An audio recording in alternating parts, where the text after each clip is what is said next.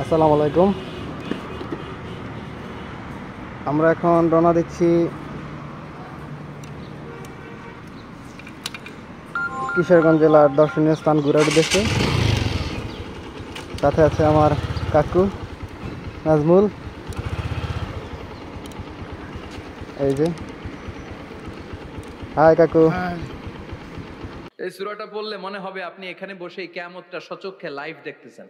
وأنزلنا الحديد فيه بأس شديد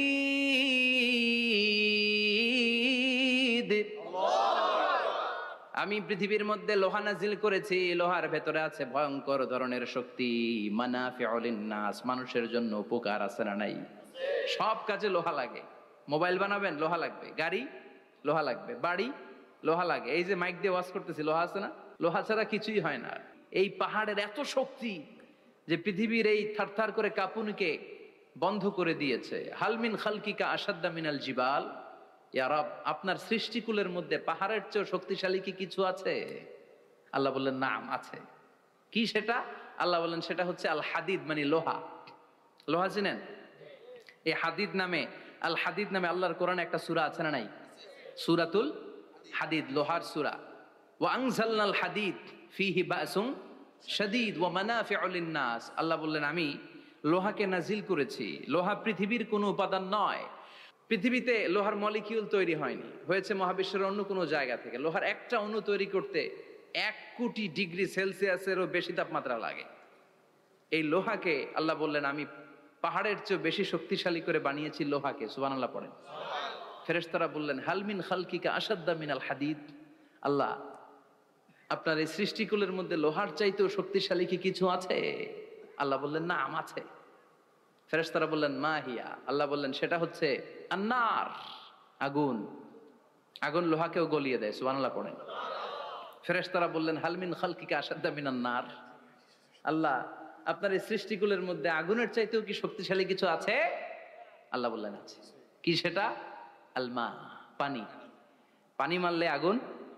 সুবহানাল্লাহ পড়েন। ফেরেশতারা বললেন ইয়া রাব, হালমিন খালকিকা আসাদ্দা মিনাল মা। আপনার এই সৃষ্টিকুলের মধ্যে পানির চাইতেও শক্তিশালী কি কিছু আছে? আল্লাহ বললেন নাম আছে। সেটা কি? আর রিহ। আর রিহ মানে বাতাস। কারণ বাতাসের ধাক্কায় সমুদ্রে, সাগরের পানিতে ঢেউ খেলে, জলের উচ্ছ্বাস হয়, জলোচ্ছ্বাস হয়, ঠিক কি না? এবার ফেরেশতারা বললেন মাবুদ, পানির চাইতেও বেশি শক্তিশালী বাতাস। এবার আমাদের জানতে বড্ড মনে চায়, এই বাতাসের চাইতেও শক্তিশালী কোন সৃষ্টি আপনার সৃষ্টি জগতে আছে নাকি? আল্লাহ বললেন বাতাসের চাইতেও শক্তিশালী একটা জিনিস আছে। দেখি কে কইতে পারে, বলেন। সুবহানাল্লাহ। আল্লাহ বললেন বাতাসের চাইতেও শক্তিশালী হলো আশরাফুল মাখলুকাত, মানুষ। কিয়ামতটা যেদিন হবে, ওই দিন গোটা বিশ্বব্যাপী আমাদের পরিস্থিতি কি হবে এটার একটা নকশা আল্লাহ নিজে এই সূরার নকশা এঁকে দিয়েছে। কিয়ামতের প্রামাণ্য ধারা বর্ণনা আল্লাহ নিজে দিয়েছে। এই সূরাটা পড়লে মনে হবে আপনি এখানে বসে কিয়ামতটা সচক্ষে লাইভ দেখতেছেন। সুবহানাল্লাহ পড়বেন না? সূরাটার নাম হচ্ছে আল কারিয়া। কি নাম? আল কারিয়া। সবাই বলেন কি নাম? আল কারিয়া। আল কারিয়া মানে হচ্ছে বিকট আওয়াজ, ভয়ঙ্কর আওয়াজ, জাইগান্টিক সাউন্ড, বোম্বাস্টিং মার্কা সাউন্ড। যে সাউন্ড, যে আওয়াজ, যে বিকট শব্দ পৃথিবীর কোনো মানুষ শুনে নাই। The trumpet, the siren, the whistle. বিশাল এক হুইসেল বাজানো হবে। ওই হুইসেল বা সাইরেন বাজানোর ফলে বিকট একটা শব্দে গোটা বিশ্ব ভেঙে খান খান হয়ে যাবে। এটার নামই হচ্ছে আল কারিয়া। চিল্লা এখন সুবহানাল্লাহ। ওই হুইসেল দেওয়ার জন্য, ওই সাইরেন বাজানোর জন্য, ওই সুরের ভেতরে, সিঙ্গার ভেতরে ফুৎকার দেওয়ার জন্য রব্বুল আলামিন স্পেশাল একটা ফেরেশতা বানিয়েছেন। তার নাম হলো ইসরাফিল আলাইহিস সালাম। কি নাম? ইসরাফিল আলাইহিস সালাম। সাইরেনের ভেতরে 3টা ফুৎকার দেওয়ার জন্য তৈরি করেছেন। তার ডিউটি হচ্ছে তার গোটা জীবন জুড়ে সে হুইসেলের ভেতরে 3টা ফু দিবে। এটার বাংলায় বলে সিঙ্গা। বাংলায় কি বলে? সিঙ্গায় ফু দিবে কয়টা? চিল্লায় বলেন। এই ফেরেশতার পা দুটো হচ্ছে জমিনে, এই ফেরেশতার মাথা হচ্ছে আকাশেরও অনেক উপরে। সৃষ্টির পর থেকে এই ফেরেশতা ওই সিংহাটা, ওই বাঁশিটা তার দুই ঠোঁটের মাঝখানে লাগিয়ে আল্লাহর আরশের দিকে তাকিয়ে আছে and just waiting for the green signal. আল্লাহর পক্ষ থেকে সিগন্যাল আসার অপেক্ষায় আছে যে আল্লাহ কখন বলবে যে ফু দে। সুবহানাল্লাহ। তিনটা ফু দেওয়ার জন্য রব্বুল আলামিন একটা ফেরেশতা বানালেন।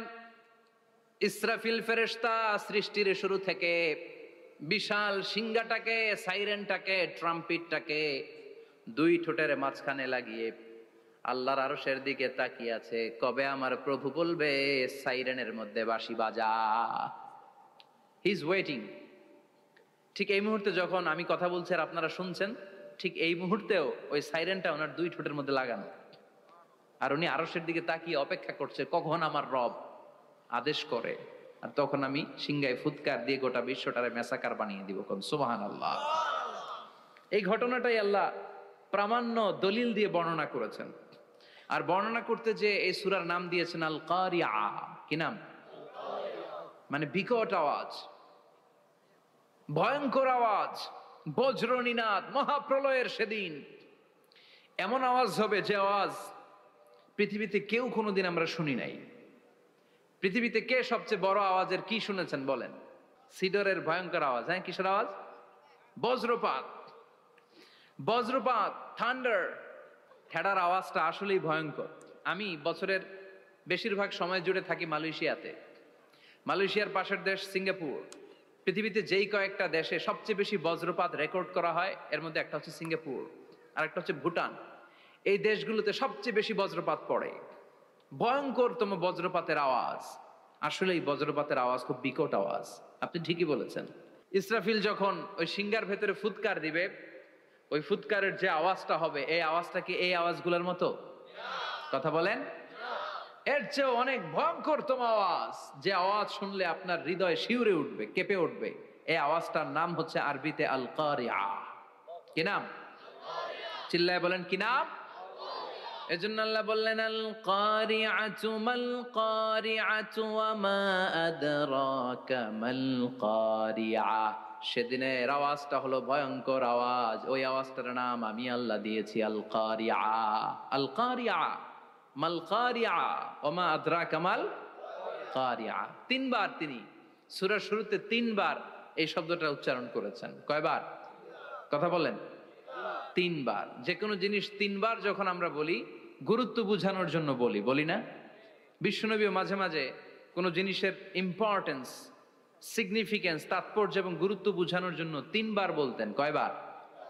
একবার বিশ্বনবী তাকওয়া নিয়ে ওয়াজ করতেছিলেন আর বলছিলেন আত-তাকওয়া হা হুনা, আত-তাকওয়া হা হুনা, আত-তাকওয়া হা হুনা, ওয়া ইউশিরু ইলা সাদরিহি সালাসা মাররাত। তাকওয়া এখানে, তাকওয়া এখানে, তাকওয়া এখানে বলে বিশ্বনবী উনার হৃদয়ের দিকে, কলবের দিকে তিনবার ইঙ্গিত করেছেন। কয়বার? তাকওয়া মানে কার ভয়? আল্লাহর ভয়। আল্লাহর ভয় নিয়ে যখন ওয়াজ করছিলেন বিশ্বনবী বলছেন তাকওয়াটা এখানে, এখানে, এখানে। তেমনি মক্কাবাসীদের কাছে যখন সূরাতুল কারিয়া নাজিল হয়েছে, মক্কার কাফির মুশরিকদের দৃষ্টি আকর্ষণের জন্য আল্লাহ তাআলা এই সূরার শুরুতে আল কারিয়া শব্দটা একবার নয়, দুইবার নয়, তিনবার উল্লেখ করেছেন। পড়েন সুবহানাল্লাহ। আল্লাহ বললেন আল কারিআতু মাল কারিআতু ওয়া মা আদরাকা মাল কারিআ ইয়াউমা ইয়াকুনুন নাসু কাল ফারাশিল মাবথুস ওয়া তাকুনুল জিবালু কাল ইহনিল মানফুশ। সুবহানাল্লাহ পড়েন। আল্লাহ বললেন বিকট একটা আওয়াজ হবে। তিনটা আওয়াজ করার জন্য, তিনটা হুইসেল বাজানোর জন্য ইসরাফিলকে আমি বানালাম। প্রথম সিংহার ফুৎকার যখন ইসরাফিল ফেরেশতা হুইসেলের মধ্যে দিয়ে দিবে, তখন যেই ভয়ঙ্কর শব্দটা হবে, ওই শব্দটার নাম হলো আল কারিয়া। কি নাম? আল কারিয়া। ওটা দেওয়ার সাথে সাথে পুরো পৃথিবীটা লন্ডভন্ড হয়ে যাবে। এখন আমরা যেরকম আরামসে বসে আছি, ওই সময় পৃথিবীর অবস্থা এরকম থাকবে। আল্লাহ বললেন ইয়াউমা ইয়াকুনুন নাসু কাল ফারাশিল মাবথুস ওয়া তাকুনুল জিবালু কাল ইহনিল মানফুশ। সেদিন মানুষগুলো বিক্ষিপ্ত পতঙ্গের মতো নিক্ষিপ্ত হবে। পাহাড়গুলো ভেঙে খান খান হয়ে যাবে। তুলার মতো পাহাড় ধ্বনিত হতে থাকবে, তুলার মতো। সুবহানাল্লাহ পড়ে। মানুষগুলো ছিটকে পড়বে। এই পৃথিবীর মাধ্যাকর্ষণ শক্তি থাকার কারণে আমরা ছিটকে পড়ি না। এই যে বসে আছি, সবকিছু পৃথিবীর মধ্যে লেগে আছে, এটার কারণ দ্য গ্র্যাভিটেশনাল ল, গ্র্যাভিটেশনাল পাওয়ার। এটা পৃথিবীর সবকিছু তার কেন্দ্রের দিকে টেনে রাখে। কিন্তু কিয়ামতের দিন আল্লাহ পৃথিবীটারে ধরে যখন একটা ঝাঁকুনি দিবেন, একটা কাঁপুনি দিবেন, একটা ভাইব্রেশন দিবেন, একটা আর্থকোয়াক, একটা ভূমিকম্প দিবেন, মুহূর্তের মধ্যেই পুরো পৃথিবীর সবকিছু ছিটকে পড়ে যাবে। চিল্লায় পড়েন আল্লাহু আকবার। মানুষগুলো পৃথিবীতে বসে থাকতে পারবে না, দাঁড়িয়ে থাকতে পারবে না, ডানে বায়ে সামনে পিছনে কে কোথায় ছিটকে পড়বে কোনো ইয়ত্তা থাকবে না। কাল ফারাশিল মাবসুস, মানুষগুলো বিক্ষিপ্ত পতঙ্গের মতো নিক্ষিপ্ত হবে। শীতকালে ছেলেপেলেরা গ্রামাঞ্চলে অনেক সময় র্যাকেট খেলে না, ব্যাডমিন্টন খেলে, দেখবেন ওই খেলার জন্য শীতকালে ক্ষেতের মাঝখানে বাঁশ গেড়ে দেয়, আর বাঁশের মধ্যে লাইট লাগায়। দিলে ওর মধ্যে লাইট লাগালে কোত্থেকে যেন অনেক পোকা চলে আসে, ডান দিকে একটা, বাঁ দিকে একটা, সামনে পেছনে ছিটকে ছিটকে পড়ে। কিয়ামতের সেই কঠিন দিন মানুষগুলো বিক্ষিপ্ত এরকম পতঙ্গের মতো ডানে বায়ে ছিটকে ছিটকে পড়বে। পাহাড়গুলো চূর্ণ বিচূর্ণ হয়ে যাবে, ভেঙে খান খান হয়ে যাবে। তুলাকে ধ্বনিত করলে তুলা যেমনি ধ্বনিত হয়, তুলার মাঝখানে লাঠি দিয়ে পেটালে, তুলাকে পাতলা করার জন্য, আরামদায়ক করার জন্য, মোটা বানানোর জন্য যখন লাঠি দিয়ে ধ্বনিত করা হয়, দেখবেন সামান্য তুলার ধুলিকণা, ছিটেকণা বাতাসের মধ্যে শূন্যে ভাসে। ফু মারলে আরো দূরে যায়, ফু মারলে আরো দূরে যায়। বাতাসের ঝাপটা ওইটা কোথায় যে চলে যায় কেউ জানে না। পৃথিবীর বড় বড় সাইজের পাহাড়গুলো সেদিন এই তুলার মতো, তুলা যেমনি বাতাসে ধ্বনিত হয়, পাহাড়গুলো সেদিন তুলার মতো বাতাসে ধ্বনিত হতে থাকবে। চিল্লায় এখন আল্লাহু আকবার। এই পৃথিবীর সবচেয়ে বড় পাহাড়ের নাম মাউন্ট এভারেস্ট। ওই পাহাড়টা সেদিন আল্লাহ যখন একটা ঝাঁকুনি দিবে, পৃথিবীটারে ভেঙে খান খান হয়ে যাবে, টুকরা টুকরা হয়ে যাবে, তুলার মতো বাতাসে ধ্বনিত হতে থাকবে। ইউরোপের সবচেয়ে বড় পাহাড়ের নাম হচ্ছে আল্পস পর্বতমালা। পুরো মাউন্টেন রেঞ্জটা ভেঙে চুরমার হয়ে যাবে, ধূলিকণা হয়ে যাবে। আমেরিকার সবচেয়ে বড় পাহাড়ের নাম আলাস্কা মাউন্টেন রেঞ্জ। অ্যাটলাস বা ম্যাপ নিয়ে যাদের পড়াশোনা আছে দেখবেন ইউনাইটেড স্টেটস অফ আমেরিকা, এখানে নর্থ আমেরিকার পাশে বড় করে লেখা আলাস্কা, পুরোটাই পাহাড়, আমেরিকার সবচেয়ে উঁচু পাহাড়। এই পাহাড়গুলো সেদিন ভেঙে টুকরা টুকরা হয়ে যাবে। এজন্য আল্লাহ বললেন, ইযা জুলজিলাতিল আরদু জিলজালাহা ওয়া আখরাজাতিল আরদু আসকালাহা ইযা রুজ্জাতিল আরদু রাজ্জাও ওয়া বুসাতিল জিবালু বাসসা। সেদিন যখন আল্লাহ একটা ভূমিকম্প তৈরি করবে, পৃথিবীটাকে যখন নাড়িয়ে দিবে, কাঁপিয়ে দিবে, একটা পাহাড়ও টিকবে না, সবগুলো পাহাড় তুলার মতো ধ্বনিত হতে থাকবে, ছিন্ন বিচ্ছিন্ন হয়ে ডানে বায়ে ছিটকে পড়বে। চন্দ্র সূর্য আলো থাকবে না, মানুষের চোখগুলো ছানা বড়া হয়ে যাবে।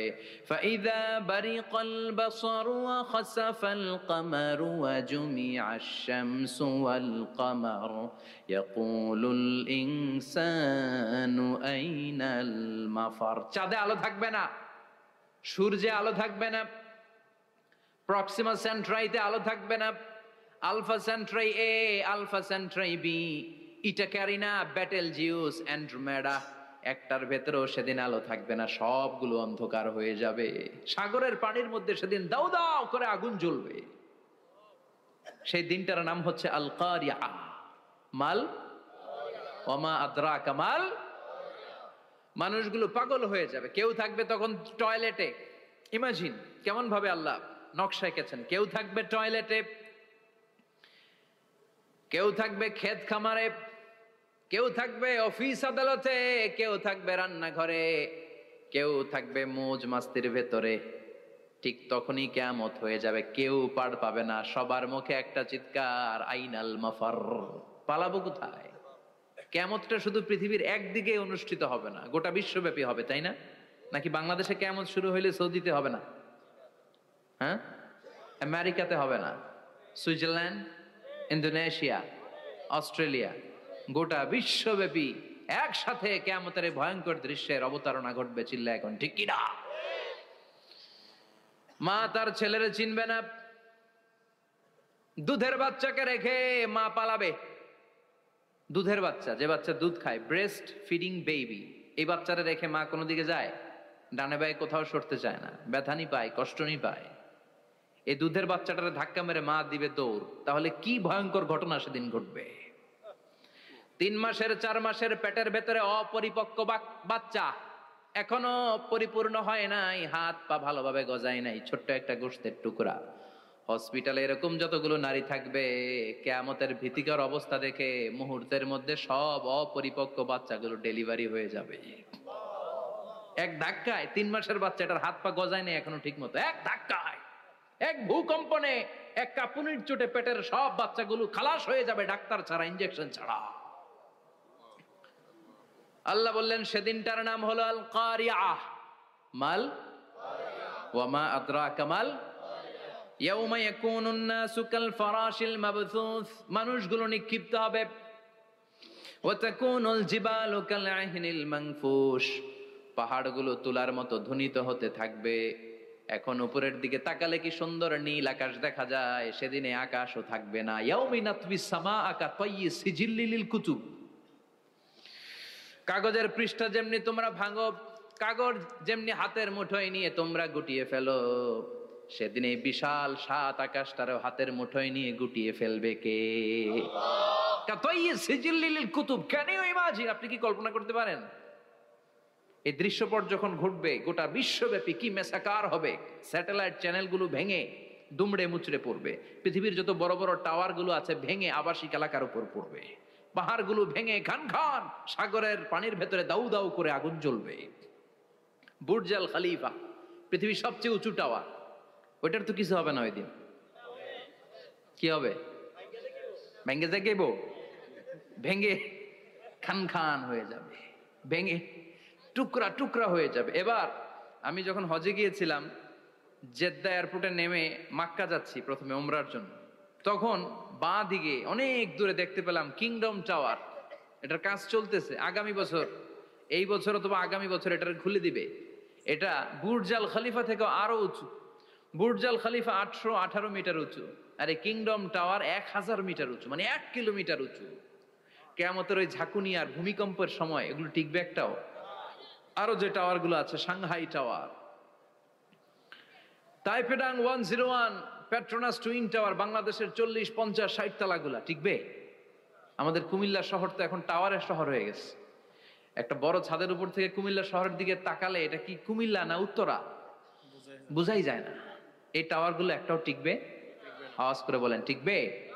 সে কথাই আল্লাহ বললেন আল কারিআতু মাল কারিআতু ওয়া মা আদরাকা মাল কারিআ ইয়াউমা ইয়াকুনুন নাসু কাল ফারাশিল মাবথুস ওয়া তাকুনুল জিবালু কাল আহিনিল মানফুশ। কি দৃশ্য আল্লাহ আঁকলেন!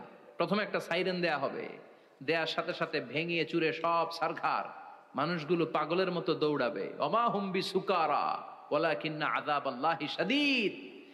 মানুষগুলোর দৌড়াদৌড়ি দেখলে মনে হবে যে মাতালের মতো দৌড়াচ্ছে, রেড ওয়াইন খেয়ে, হুইস্কি খেয়ে, মদ খেয়ে পাগলের মতো দৌড়াচ্ছে।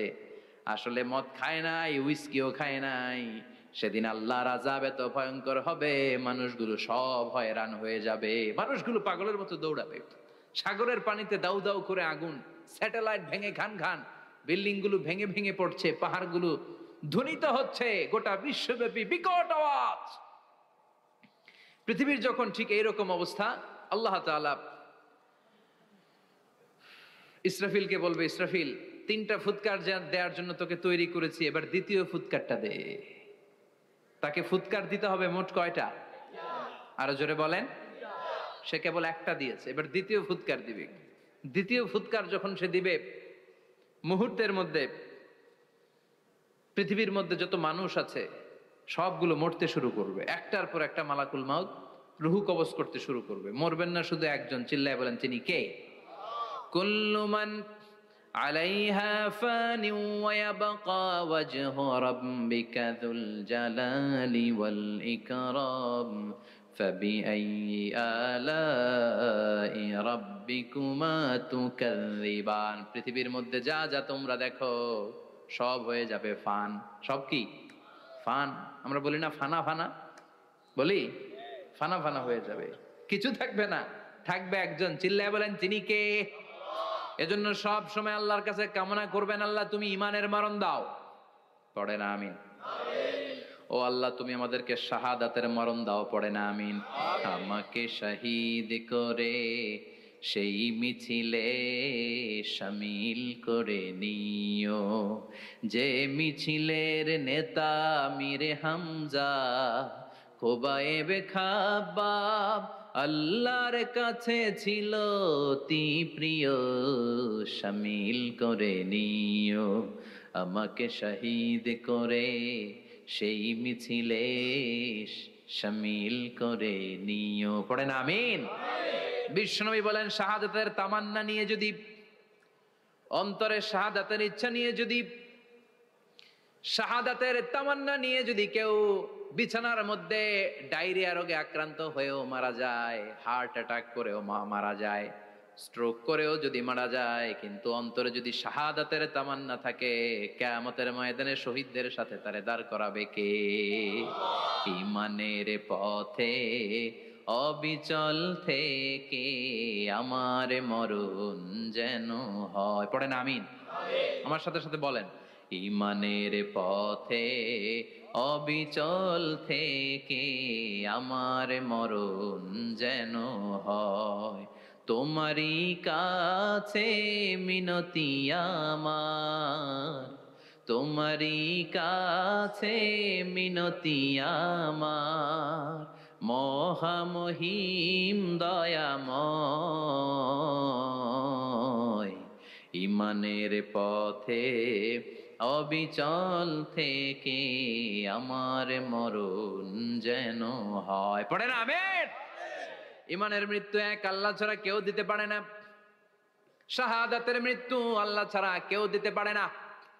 এজন্য আখের যদি ভালো হয়, সব ভালো তার, শেষ ভালো যার। বিশ্বনবী দোয়া করতেন, আল্লাহুম্মা রযুকনা হুসনাল খাওয়াতিম, আল্লাহুম্মা রযুকনা হুসনাল খাওয়াতিম। প্রতিদিন সব সময় নামাজের পরে পড়বেন, আল্লাহুম্মা রযুকনা হুসনাল খাওয়াতিম, আল্লাহুম্মা রযুকনা হুসনাল খাওয়াতিম। আল্লাহ আমাদের শেষটাকে ভালো করো, আমাদের শেষটাকে তুমি ঈমানের উপর করো। পড়েন আমিন? অনেক আল্লাহওয়ালা নামাজি শেষ জীবনে মুরতাদ হয়ে যায়, নাস্তিক হয়ে যায়, আছে না নাই? মুফাসসির ইসলামের নাম শুনছেন? অনেক ইসলামের বয়ান দিত লোকটা শুরু থেকে আমি তাকে চিনতাম। অনেক ইসলামের বয়ান করতো, ইসলামের পক্ষে সে অনলাইনে কথা বলতো, আস্তে আস্তে আস্তে আস্তে নাস্তিক হয়ে গেছে। এজন্য বিশ্বনবী বলতেন, আল্লাহুম্মা রযুকনা হুসনাল খাওয়াতিম, আল্লাহ শেষটা আমার ভালো করো, আমার শেষটা যেন কালিমাতুত তাইয়্যিবা লা ইলাহা ইল্লাল্লাহর উপর হয়, আমার শেষটা যেন ঈমানের উপর হয়। পড়েন আমিন? এক সাহাবা জিহাদের ময়দানে, বুখারীর বর্ণনা, যুদ্ধের ময়দানে সে সামনে যাই পাচ্ছে, লা তাজিদু শাযযা ওয়ালা ফাযযা ইল্লা ইয়াকতুলু বিসাইফি, বিশাল তলোয়ার নিয়ে আল্লাহু আকবার বলে বলে কাফের আর মুশরিকের বাচ্চাগুলোরে কচুকাটা করছে। সাহাবী নবীর কাছে এসে খুশ খবর দেয়, ও নবী দেখেন আপনার সাহাবী দিন কায়েমের আন্দোলনে কালিমার পতাকাটারে জমিনের বুকে পতপত করে উড়ানোর জন্য কেমন করে যুদ্ধের ময়দানে, জিহাদের ময়দানে কাফের আর মুশরিকদেরকে কচুকাটা করছে। নবী দেখেন আজকের জিহাদের ময়দানে যুদ্ধের সব সওয়াব আল্লাহ এই সাহাবীরই দিয়ে দিবে। বিশ্বনবী বললেন, হুয়া ফিন্নার, সে জাহান্নামে যাবে।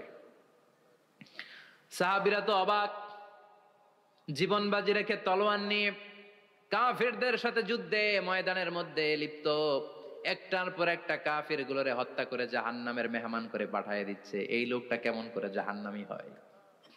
বিশ্বনবী বললেন, হুয়া ফিন নার, এই লোকটা জাহান্নামে যাবে, এরে কেউ বাঁচাতে পারবে না, জাহান্নামী। এক সাহাবী মনে মনে বলল, এই লোকটা কেমন করে জাহান্নামী হয়, আমি তার পেছনে পেছনে দেখবো তার শেষ পর্যন্ত কি ঘটে, কারণ নবী যা বলে এটা তো কোনোদিন মিথ্যা হতে পারে। সাহাবী লুকিয়ে লুকিয়ে তার পিছু নিল, দেখলো যুদ্ধ করতে করতে জিহাদের ময়দানে শত্রুদের মাঝখানে ঘাটির ভেতরে সে মারতে মারতে চলে গিয়েছে, মারতে মারতে কাফেরদের মাঝখানে এমন জায়গায় চলে গিয়েছে চারদিক থেকে কাফেররা তাকে ঘেরাও দিয়ে ফেলেছে। এবার আর সে পারে না, দীর্ঘ সময় যুদ্ধ করতে করতে এবার ক্লান্ত শ্রান্ত, এবার নিজেও মারে আবার মাইরও খায়, মারে আবার মাইরও খায়। খেতে খেতে হঠাৎ এক কাফেরের তলোয়ারের আঘাত তার ডান হাত নাই, এক কোপে ডান হাতটা জমিনে পড়ে গিয়েছে, ফিনকে দিয়ে রক্ত, ব্লিডিং হতে হতে, রক্তপাত হতে হতে সাহাবী নিস্তেজ, আর পারে না, আর সহ্য করতে পারে না, শাহাদাতের জন্য অল্প একটু দেরি। এই অল্প একটু দেরি সাহাবীর আর সহ্য হয় নাই।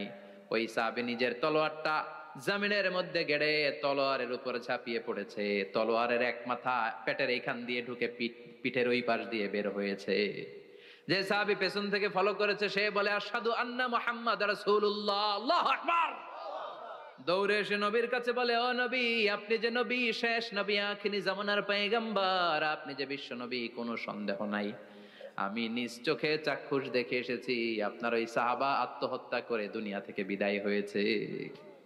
এজন্য শেষটা কার, শেষটা কিভাবে যায় আমরা জানি। এজন্য আল্লাহর কাছে আমরা ফরিয়াদ করি আমাদের মৃত্যু যেন ইমানের মৃত্যু হয়। আমিন পড়েন, আর জোরে পড়েন আমিন। দ্বিতীয় ফুৎকার দেওয়ার সাথে সাথে আল্লাহ মালাকুল মাউতকে বলবে, ও মালাকুল মাউত, পৃথিবীর সব মানুষগুলোর রুহু কবজ কর। সব মানুষের রুহু কবজ হয়ে যাবে, সব জিনদের রুহু কবজ কর, সব জিনদেরও রুহু কবজ হয়ে যাবে। এবার সব ফেরেশতাদের রুহু কবজ কর, সব ফেরেশতাদের রুহু কবজ হয়ে যাবে। আল্লাহ বলবেন আখবিরনি মাইয়া বকা, আর কে কে বেঁচে আছে বল।